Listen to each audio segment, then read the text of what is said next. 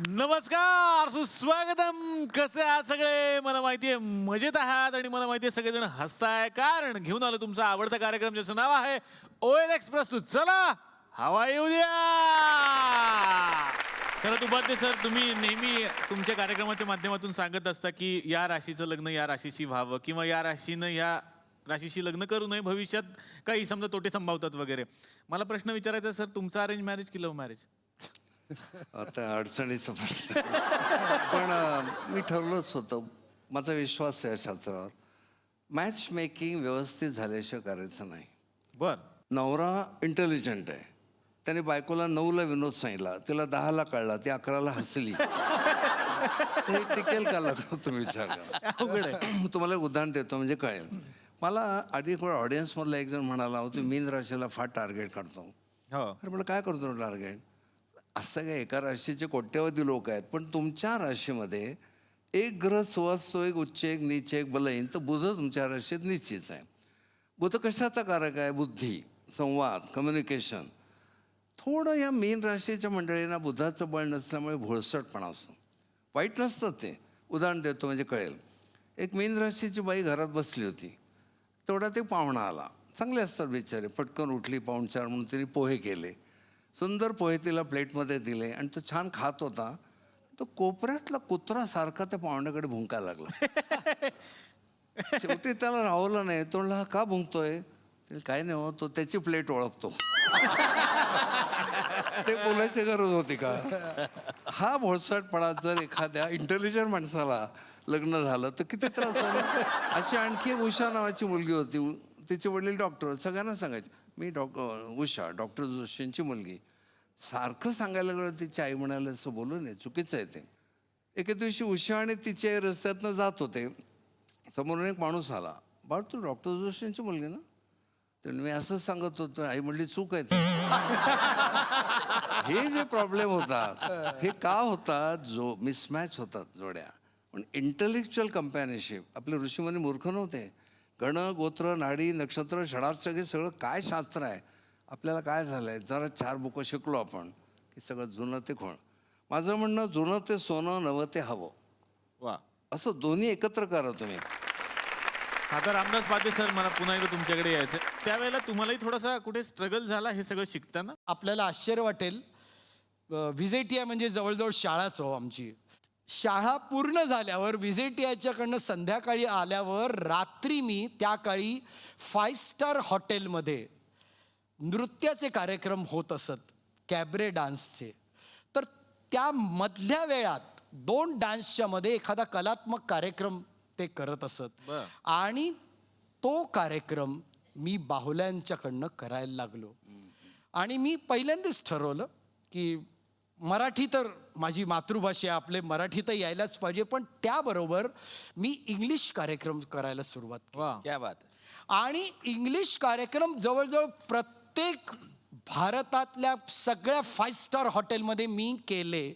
आणि सुदैवाने, माझ्या नशिबाने, 1970-71ची गोष्ट असेल, या 5 स्टार हॉटेलमध्येच मला निमंत्रण मिळालं. अमेरिकेत CBS या टेलिव्हिजन कंपनीमध्ये मी 70 किंवा 71 साली पहिला भारतीय शब्दभ्रमकार म्हणून मी तिथे कार्यक्रम केला. क्या बात. हे सगळं विलक्षण आहे. आणि मला असं वाटतं की नुसत्या गप्पांमधून मला ते बघायचं नाही, तर सरांनी जर आमच्यासाठी एखादा परफॉर्मन्स सादर केला या ठिकाणी तर खूप मजा येईल. एकदा जोरदार टाळ्या रामदास पाध्ये सरांसाठी. मी नक्की करीन, पण सुरुवात सत्यजित पासून. माझ्यापासून परफॉर्मन्स सुरू करूया. वा वा वा. मग तुम्ही बोला. एकदम जोरदार परफॉर्मन्स मी करणार आहे. एक काम कर, एक चांगला असा शेर तरी ऐकव. ऐकवतो.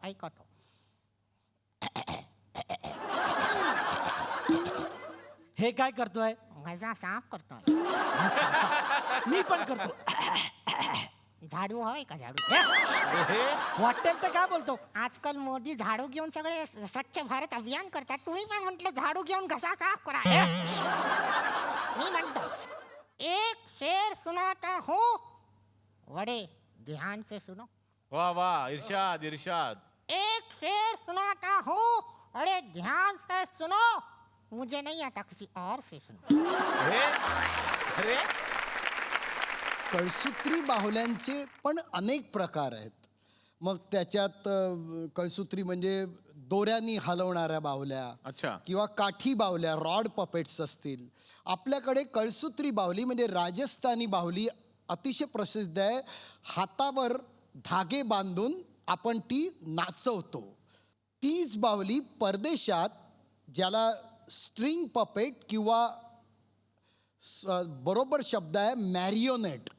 मॅरिओनेटमध्ये तुम्ही हातावर नाही बांधत त्या धागे, त्याला एक टी स्क्वेअर असतो, म्हणजे टी आकाराचं एक लाकडी केलेलं असतं, आणि त्यातून मला एक नवीन प्रकार सुचला आणि मी त्याला नाव दिलं multiple string with multiple T square. मला आनंद आहे सत्यजित अतिशय चांगल्या प्रकारे वा. हा ऍक्ट करू हे शकतो. तर आम्हाला बघायचंय बॉस. तुम्ही करून दा. तो जागा Yes, सत्यजित yes, साठी yes. झाला पाहिजे.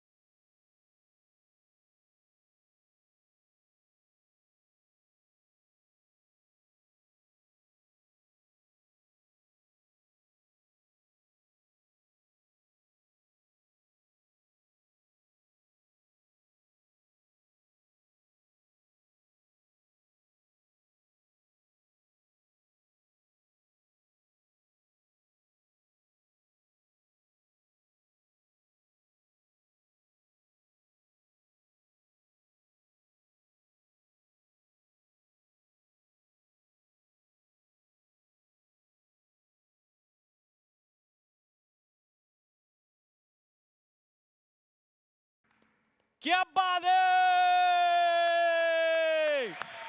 अशोक हांडे सर, आता मला पुन्हा एकदा तुमच्याकडे यायचंय. तुमच्या कार्यक्रमात वेगवेगळ्या गोष्टी असतात, पण तुम्ही फक्त मराठी कार्यक्रमापुरते मर्यादित राहिला नाही, तर तुम्ही हिंदीकडेही वळालात. तर त्याही बद्दल मला तुमच्याकडून ऐकायचं. कसं आहे, खरं म्हणजे 92 साली आम्ही लंडनला गेलो आणि तिथे मंगलगाणी दंगलगाणीचे प्रयोग केले 92ला.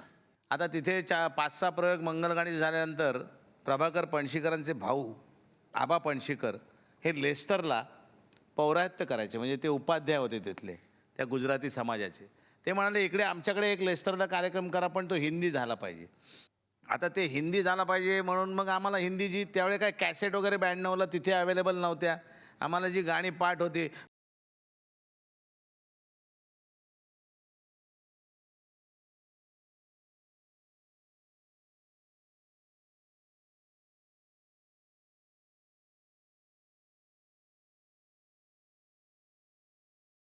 अशी काही गाणी लोकांना ने मजसी ने म्हणताना लोक रडतायत. हिंदी गाण्यांचं तिथे प्रचंड स्वागत झालं आणि लेस्टरला इकडे आम्हाला 60 पाऊंड सुद्धा मिळाले नाहीत, लेस्टरला 600 पाऊंड मिळाले. मग अशा प्रकारे जर भारताची संस्कृती जशी मंगलगाणी दंगलगाणीमध्ये आपण महाराष्ट्राची संस्कृती दाखवली, तशी संपूर्ण देशाची संस्कृती आणि त्या निमित्ताने नॅशनल इंटिग्रेशन काय होईल का, त्या निमित्ताने आपल्या सगळ्या राज्यांमध्ये सुसंवाद साधता येईल का, अशा प्रकारची स्क्रिप्ट बनवली. 94 साली केलेला आवाज की दुनिया आज 20 वर्षानंतर सुद्धा तितकाच तरोताजा आहे. बघूयात आवाज की दुनियामधला हा आगळा वेगळा आयटम.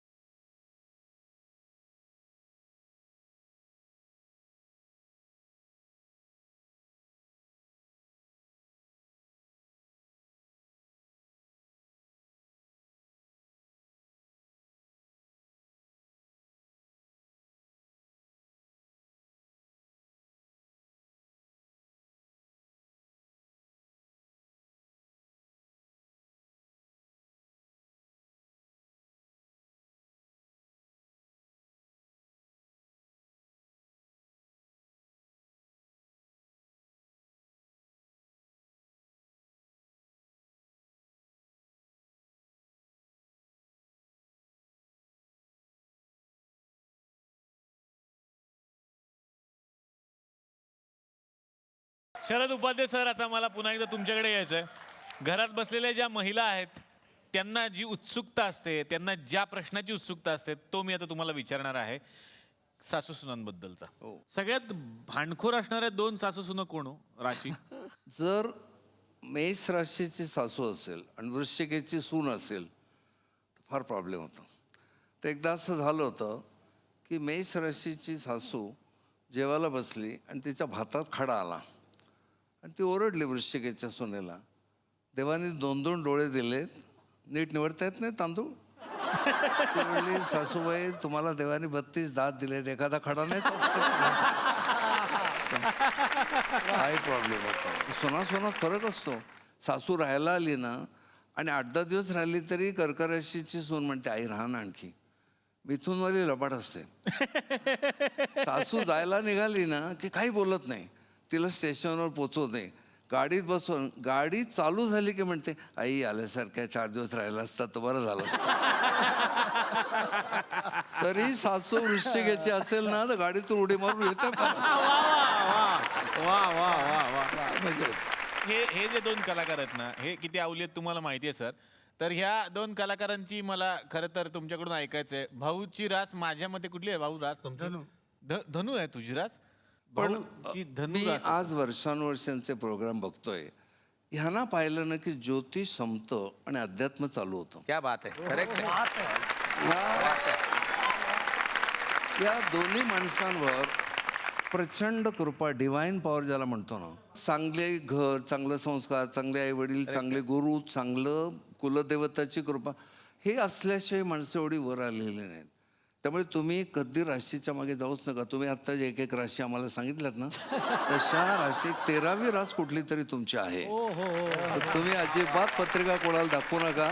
भाऊंचं एकच मला वाटतं, बाहेरून जेवढे इनोसंट दाखवतात तेवढे आत गडबड आहे काहीतरी. हे भाऊ हे खरं आहे भाऊ. भाऊ हे खरं आहे. हे बघ, भविष्यामुळे तुझं भांड फुटलेलं आहे आता. भाऊ हे खरं आहे. खरं आहे का सांग, खरं आहे का सांग, खरं आहे का सांग. बघ, खोटं बोलायचं तर देव कान कापेल. नाही नाही सर, तुम्ही म्हणाल नाही, पण दिलीजी, ही 4ही माणसं आज आमचे जागतिक विनोदवीर आलेले नाहीत, परदेशी गेलेत, पण 4ही माणसं आपल्या झीला मिळालेली फार मोठी देणगी आहे. तुम्ही सर म्हणाल की धनु राशीला बायकांचा कराड असतो, जसं यांना आहे ना, म्हणजे यांना भाऊलाही निश्चित. असतोच. म्हणून म्हटलं ते आतून काम वेगळं आहे. नाही नाही, त्यांनाही खूप असतं. फक्त प्रॉब्लेम म्हणतात सगळ्या बायका जवळ येऊन भाऊ म्हणतात. मग किती प्रॉब्लेम होतो बघा. तो होतो प्रॉब्लेम. आमचा एक विद्यार्थी आहे, त्याचा हाच प्रॉब्लेम आहे, त्याचं लग्न होत नाही. तो SNDT कॉलेजमध्ये होता ना, सगळ्यांना बहिणजी करायचा. तर आता त्याचं लग्न होत नाही. म्हटलं काय रे काय होतं? म्हणा पत्र पाठवलेत, काही भगिनींची उत्तरं आलीत. कुशल बद्रिके हे मिथुन राशीची आहेत, हे मला सांगायला आवडेल. नाही नाही, म्हणूनच त्यांची लोकप्रियता अफाट आहे. आणि मिथुनवाले खरंच काय वाटेल तर त्यांना प्रश्न विचारा. एका मिथुनवाल्याला विचारलं बाईने, चाफा बोले ना चाफा चाले ना म्हणजे काय रे? तोडल्याचा तर चाफा मेला. एवढे हजर जबाबी माणसं असतात. Hats off to you. आणि सागर, तुमची रास सागर? सागर पण दोन्ही मिथुन आहेत. हो हो. पण सागर, तुम्हाला आणखी मला प्रश्न विचारायचा आहे. तुम्ही असा चेहरा अनुसरण करून करून काही प्रकरणं पूर्वी केली? नाही म्हणजे प्रकरणं म्हणजे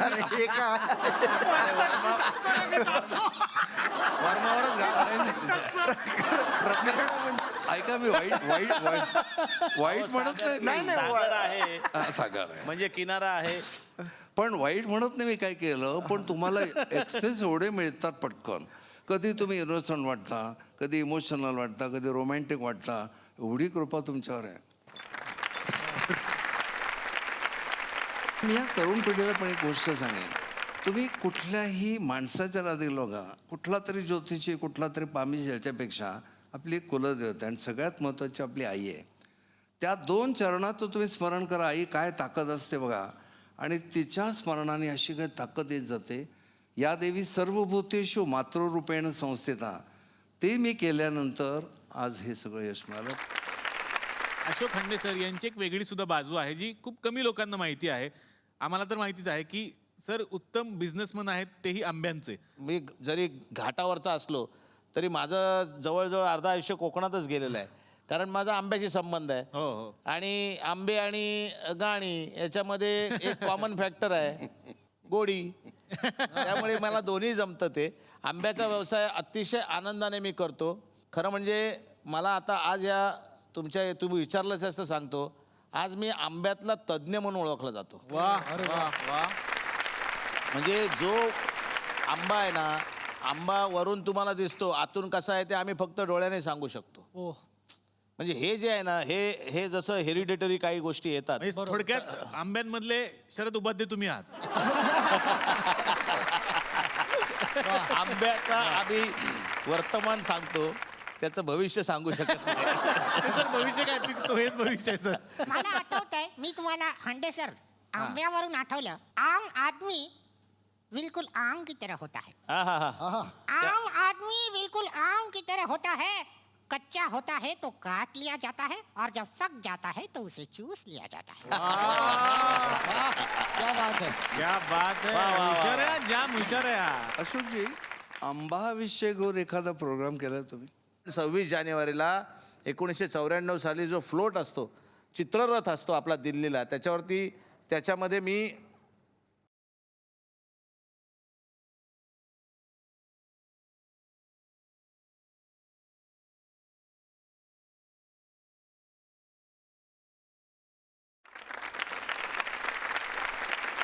त्या चित्ररथाला आपल्या प्रथम पारितोषिक मिळालं. क्या बात. आणि महाराष्ट्राच्या चित्ररथाला प्रथम पारितोषिक 1994 साली आंब्यामुळे मिळालं. आंब्याला मिळालं.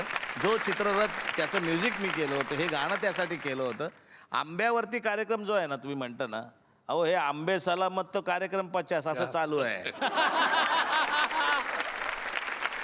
आता रामदास पाटे सर, मला पुन्हा एकदा तुमच्याकडे यायचं आहे. आम्हाला खरं तर अर्धवट रावांची खूप आठवण येते, पण अर्धवट रावांपेक्षाही वेगळं काहीतरी तुम्ही इजाद केलेलं आहे आणि त्याबद्दल मला तुम्हाला विचारायचं आहे. पहिल्यांदा मी 70 साली मपेट्स बघितल्या. वा. म्हणजे ज्यांनी जिम हेन्सन नावाचा अमेरिकन एक मोठा बाहुलीकार होऊन गेला, ज्यांनी सेसेमे स्ट्रीट आणि कर्मिट आणि हे अतिशय अजरामर पात्र निर्माण केली. स्वतःचा चॅनल आहे अजून देखील त्याचा अमेरिकेत. तर त्या मपेट्स बघितल्यावर मला खूप मी भारावून गेलो. आणि मपेट्स म्हणजे सगळं चेहरा हलतो त्याचा, मग ते फरचं असो किंवा रबराचं असो किंवा फोमचं असो. आणि मग मी दिवस रात्र मपेट्सचा विचार करायला लागलो. आणि त्या मपेट्सच्या विचारातून माझा पहिल्यांदी जन्म झाला. एक अजरामर पात्र मी निर्माण केलं. 79च्या आसपास असेल आणि त्याचं नाव मी ठेवलं ससोबा. वा वा. ससोबा. आणि ससोबा मी तुम्हाला आश्चर्य, पहिल्या प्रयोग मी मुंबईत केल्यानंतर त्याला पहिली जाहिरात मिळाली ससोब्याला माझ्या. लिज्जत पापड. लिज्जत पापड. ये बात. ही आजही तितकीच प्रसिद्ध आहे, आज लोकप्रिय आहे. प्रसिद्ध आहे. मला लिज्जत कापडच्या ससोबाचा आवाज ऐकायचा. बरं हा, बरं. हा, हा. मलाही ऐकायचं आहे. लिज्जत पापड.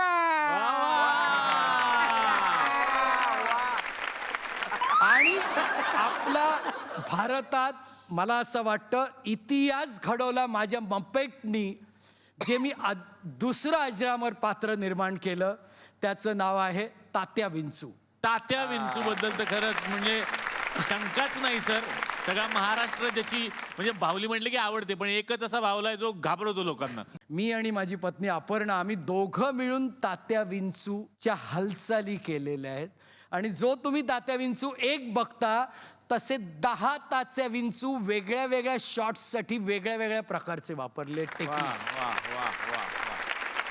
अर्धवट आवडाबाई हे माझ्यासाठी बावल्या नाहीत. मी त्यांना बावल्या कधी म्हणत नाहीत. ते आमच्या घरातले आजी आजोबा आहेत. वा वा वा वा. माझं पपेट स्टुडिओ आहे, तिथे 2 ते 2.5 हजार म्हणजे माझी मुलं, अपर्णा आणि माझी मुलं 2-2.5 हजार आहेत. पण मी जिथे दुसरीकडे राहतो त्या घरात त्यांच्यासाठी म्हणजे अर्धवट रावडाबाईसाठी स्वतंत्र जागा ठेवलेली आहे. त्यांचा बेड आहे, त्यांचं कपाट आहे. इतकं माझ्यावर प्रेम आहे. अर्धवट राव मी सादर करतो, पण त्यासाठी कोणीतरी मला तुमच्यापैकी मदत करणार. कोण तुमच्यापैकी मदत करणार? अतिउत्साही कोण प्रेक्षक आहेत का? अहो, हॅलो हॅलो, तुम्हीच या अहो, ना. तुम्ही अति उत्साही सगळ्या ठिकाणी सांगताय, तुम्हीच या ना. या तुम्ही या. जोरदार टाळ्या त्यांच्यासाठी झाल्या पाहिजे. या इथे या. काय घाबरायला झालं तुम्हाला? नाही म्हणजे असं कसं इथं नाही, नाही. एवढं नाही. घाबरत नाही नाही नाही, घाबरायचं काही कारण नाहीये. हे बघा काय आहे, अर्धवटराव माझ्या बरोबर नाही आहेत. हा, म्हणून मला नाही नाही नाही. म्हणजे काय, तुम्ही फक्त अर्धवटराव सारखं करायचंय. म्हणजे मी काय करीन, तुमच्या मानेला असं थोडस दाब देईन. हा हा. सर थोडं खाली घ्या. थोडं जर इकडं बघा जर तेल घे रे. अरे एका तू स्पार मध्ये गेलायस काय? मालिश करायला बसवलं तुम्हाला? नाही जरा बरं वाटलं मग.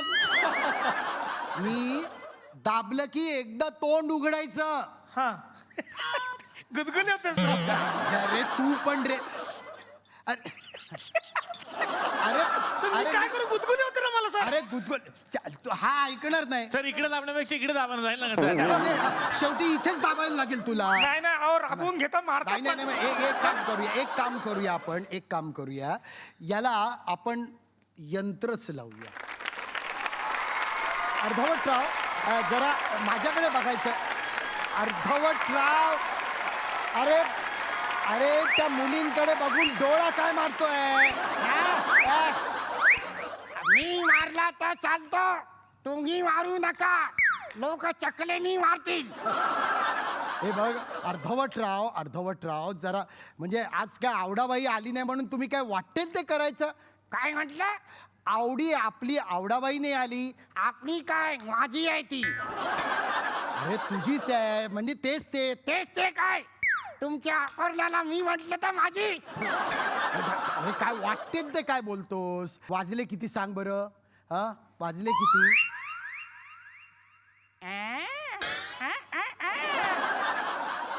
अरे वाजले किती? 12. 12? अरे मी घड्याळात तुला वेळ विचारली. आज वेळ विचारताय, उद्या माझा कत्ता विचाराल. अरे काय पत्ता विचारीन? मग कत्ता शोधत शोधत शोधत माझ्या घरी याल. अरे मग येईन ना. मी घरी नसेन, मग माझी बायको असेल. मुली कोचायच्या आधी मी पोचलो पाहिजे, नाहीतर मी पुरा पोचेन. हे आणि तुम्ही पोचायच्या आधी मला माझ्या घरी पोचू द्या. बायको एकटी आहे माझी. अरे तात्या. शरद उपाध्याय सरांकडे यायचंय. सर तुमच्या कार्यक्रमात सर एक ऑब्जेक्शन आहे. मेष राशीला आणि कन्या यांचं लग्न नाही व्हावं. साधी गोष्ट आहे. मेष म्हणजे एक घाव दोन तुकडे, कन्या म्हणजे वाटाघाटी. हा मेषेच्या लोकांना सगळे रिझल्ट फास्ट पाहिजेत. मेष फार पोएटिक राशी नाही, फार रोमॅन्टिक राशी नाही. मेषेच्या माणसाला असं पत्नीशी सुद्धा फार हळूवार वागता येत नाही. उदाहरण देतो, जेवायला बसलेला असतो नवरा, बायको किती प्रेमाने विचारते ना, एक पोळी वाढू का? ह्यांच्यासारखा रसिक माणूस किती छान बोलतो, अरे तू वाढणार नाही, वाढणार जरासं वाढ. एखादा असतो तो आणि वेगळा असतो, कन्यावाला घोळ घालतो. ती बाई विचारत पोळी वाढू का? हा पोटावर नाच फिरवतो, पोळी बघ तुला पाहिजे वाढ. दरम्यान जेवायला तू बसलास का? मी मेषवाला म्हणतो वाढल्यास टाकण्यात येईल. हे उत्तर ऐकल्यानंतर तो स्वभाव बघा. आणि कन्यावाली घोळ घालणारी. मग मेषेचा हा अतिशय फास्ट रिझल्ट हवा असणारा स्वभाव आणि घोळ घालणारी कन्या. बरं कन्यावाल्यांना अनेक शंका असतात, संशय नाना तऱ्हेचे, कुतूहल तर फार असतं. एक कन्यावाला रस्त्यातनं जात होता आणि खांबावर एक काहीतरी लटकवलं होतं बोर्ड. अंधार त्याला दिसे ना, पाय वर वर करून बघायला लागला. शेवटी वर चढला आणि तिथे काय लिहिलं होतं, रंग ओला आहे. निळावून खाली आला. हे अशा प्रकारचे कुतूहल असतात. मेषवाला म्हणतो ह्यात वेळ काढू नको. मेषेचं तत्त्वज्ञान काय, strict to the point, take no time, waste no time. आणि हे गोळ घालणारे म्हणजे अशा प्रत्येक राशीचे षडाष्टक होतात. तुम्हाला जो स्वभाव आवडत नाही तो त्या षडाष्टकवाल्यांचा असतो. षड म्हणजे 6, अष्टक म्हणजे 8. ज्या राशी एकमेकापासून 6व्या 8व्या पडतात त्यांना नको ना. बरं केलं तर काय होईल, मृत्यू वगैरे काय होत नाही, पण तुम्हाला त्या माणसाचा कंटाळाच येतो. तुम्ही काय संसार करणार, म्हणून मृत्यू षड असतो. मनुष्यांच्या राशीप्रमाणे त्याचे चेहरे निश्चय कुठेतरी त्याचे एक्सप्रेशन्स वगैरे मग तुम्ही जाणवतं. मी मगाशी मीन राशीचा उल्लेख केला तर त्या लोकांच्या चेहऱ्यावर काय असतं, एक थोडंसं एक्सप्रेशन वगैरे कमी असतं, कारण बुद्ध म्हटल्यानं तो नाही आहे, म्हणजे बुद्धिमत्तेचा भाग थोडा कमी होतो. मग हे इनोसंटली असे काही विनोद करतात. त्यांच्या काळ्या कोटावरनं मला आठवलं, मीन राशीची एक बाई आपल्या मुलाला घेऊन बसमधनं प्रवास करत होती आणि तो मुलगा काय म्हणतात चॉकलेटला तुमच्या त्या मुलांच्या लॉलीपॉप. लॉलीपॉप खात होता आणि वकिलांच्या कोटाला लावत होता. पुन्हा खायचा लावायचं. वकिलाने 2-4 वेळा ऐकून घेतलं. म्हटलं मॅडम काय करतोय बघा. तर ती बाई म्हणाली बंडू असं करू नये, लॉलीपॉप खराब होतो की नाही. तर आमच्याकडे एक वेगळा सेगमेंट असतो जिथे रसिक प्रेक्षक हे तुमच्याशी बोलतात, त्यांना काही प्रश्न असतात. असे काही प्रेक्षक समोर बसलेले आहेत, त्यांना काही प्रश्न विचारायचं विचारा. हा तुम्ही विचारा, तुमचं काय नाव आहे? माझं नाव भालचंद्र टेंबे. हा बोला. थेंब्या तळे साथे त्यातला आहे तो. विनोद रे विनोद. अति उत्साही प्रेक्षक शांत राहा, आवरा स्वतःला. हा तुम्ही तेंबे विचारा उपाध्ये सर उपाध्ये सरांना. हा हा. विचारा सर. की लग्नासाठी 36 गुण लागतात का नाही सर? हो माझे 30च गुण आहे. 6 भूगोलातले गुण घेतले तर चालेल का? पण 6च कमी पडतायत ना. हा. 30ची मजा घेताय ना. Thank you sir thank you. मला एकदा प्रतिसाद परत मला विचारा विचारा. अशोक हांडे सरांना विचारायचं. अशोक हांडे सरांना. नाही नाही प्रश्न विचारा तर आधी.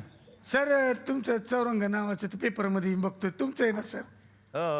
तर मला आमच्याकडे पूजा आहे, मला चौरंग भाड्याने मिळेल का? अरे संस्थेचं नाव असतंय. हा. आपलं कार्यक्रम मोठे मोठे कार्यक्रम होत आहेत. आवाज की दुनिया ऐकलं नाही? हा रावच के फॅन बरोबर यांचं कार्यक्रम यांचं कार्यक्रम आहे. वा सर मी फॅन आहे तुमचा सर. सर एक होऊन जाऊ दे सर, एक रिक्वेस्ट सर. सर काय काय होऊन जाऊ द्या. रजामुराचा आवाज काढा ना. वा वा. तुम्ही बघितलाय का कार्यक्रम बघितलाय आवाज की दुनिया?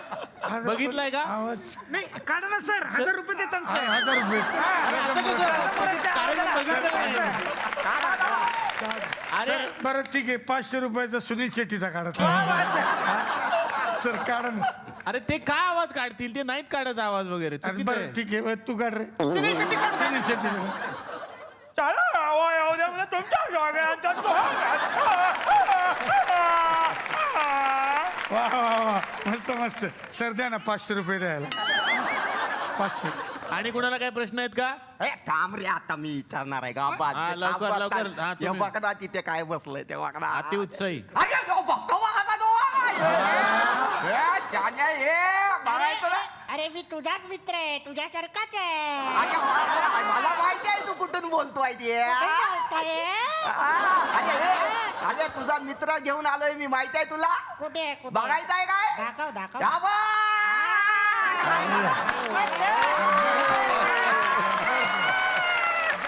अरे अरे लाजतो का तिकडे बघ ना. अरे लाजतो याला. अरे तो बघ ना मित्र आलाय तुझा तो बघ. ए, इकडे, इकडे. अरे लय ए, मी लाजतोय. तुझ्या मित्राला एक खास थांब थांब, हे बघ, हे बघ. अरे काय बाई, लाजला लाज. सर हे मला पण येतं हा सर. येतं का? हा, दाखव, अरे मी दाखव. कार्यक्रम करतो ना बाहेर दाखव, जाऊन, माहिती आहे काय? दाखव, दाखव. आणि कोणाला पण कळत नाही कोण बोलतंय ते, कळलं काय? अच्छा, अच्छा. दाखवूया. हा, ए तुमची कला दाखवा तुम्ही. ए या बघ, ए शान्या तो बघ तिकडे बघ. हा चाल नाव सांग त्यांना. तुझं नाव काय रे? चांकी पांडे.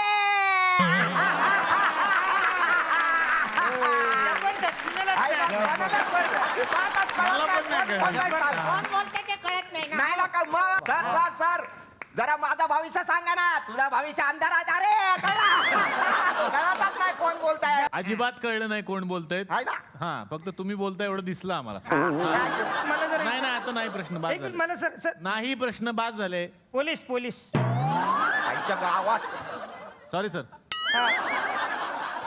पोलीस हा साहेब बोला सर. चुलबुल पांडे आले वाटतं. चुलबुल पांडे. इथं पण चंकी पांडे होते, चुलबुल पांडे आले वाटतं. हा बोला साहेब बोला. पोलीस. हा कळलं, पुढे बोला. नाही कार्यक्रमात कोणी पोलीस ठेवता का तुम्ही? का? माझं पाकिट चोरीला गेलंय. तुम्ही पोलीस आहे ना? नाही नाही मी बहुरूपी आहे. हे बघा ना, हे बघा चप्पल बघा ना, हे पण लाल नाही लाल आहे बघा ना सर. मी बहुरूपी आहे, कार्यक्रमाला आलतो इथं बघितलं माझं पाकिट गेलं सर.